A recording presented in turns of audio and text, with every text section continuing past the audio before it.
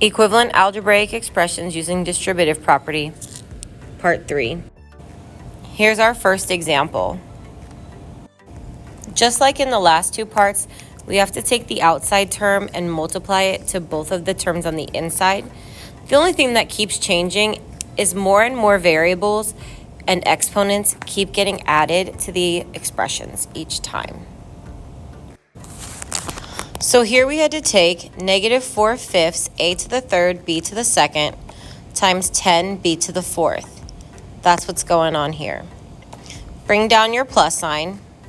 Then we had to take negative 4/5 a to the third b to the second and multiply it by a to the third. That's what's going on here. So multiplying your numbers, you have negative 4/5 times 10. You get negative 8. There's no a terms other than a to the third to multiply together, so we keep a to the third. But we do have b to the second and b to the fourth to be multiplied together, so you add the exponents. 2 plus 4 is 6. Bring down the plus sign, and now we work on this. There are no numbers to multiply, so we keep negative 4/5. There are two a terms to be multiplied, a to the third times a to the third. We add our exponents to get a to the sixth. And then this is the only b term, so we keep b to the second. Adding a negative is the same thing as subtracting. So our final answer is negative 8 a to the third b to the sixth minus 4/5 a to the sixth b to the second.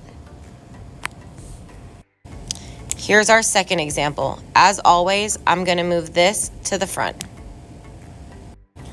Then we take the outside term and multiply it to both of the terms on the inside.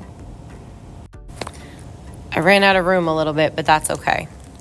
So we have to take this whole thing out here and multiply it to this first term. That's what's going on here. Then we take this whole thing here and multiply it to the second term. That's what's going on here.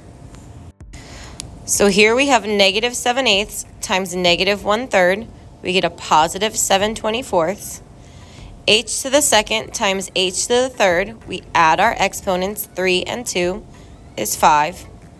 N to the second is the only one, so we keep it. Bring down your plus. Negative 7/8 times 7 is negative 49/8.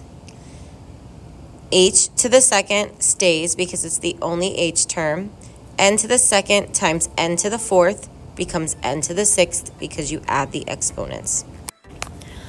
Adding a negative is the same thing as subtracting, so our final answer is written here.